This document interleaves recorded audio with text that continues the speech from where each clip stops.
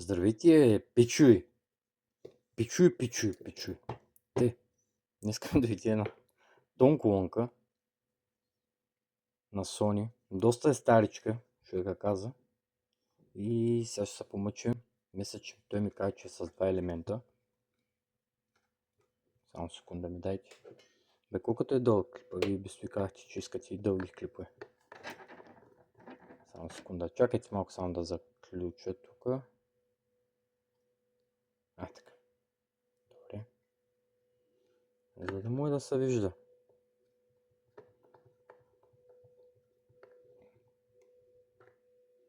Така. Това ето ли трябва да ги разглобяваме, сега ще видя. Знаете ли какво? Ай, като го разглобя и се включвам пак да видим какво става тук. Така, не разгадаваме го. Сега се откачих елементите. И сега ще видим какво става тук. Малко трудно май да се слизат иззад. Сега ще го видим как е. Да, ето го как е.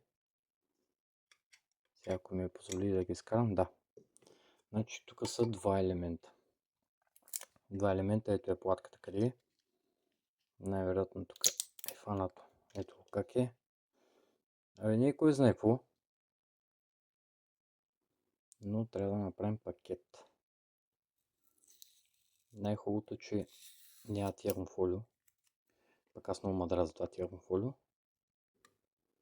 Добре. Не кой знае какво. Еми сега ще направим един пакет и се включим да видим какво става. Не ми пичо и получи се, бе. Получи се.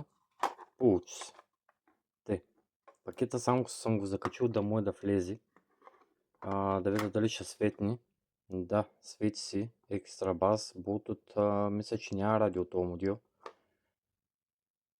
Бе, ще го тествам. Нали, защото трябва да затворя и телефона. Клипа да завърши, да мога да пусна Bluetooth, нещо да работи при мен. Но явно се получи, щом се свети това. Еми пичуй, да много ви харесва краткотрайния клип, но ето го в стария пакет. Не кой знае какво. Маймоя не кой знае какво. Тя фолията той. Всичко е направено с шлавки. Виждате, сложил съм друга шлавка. Като цяло добре се получи. Ще видим накрая.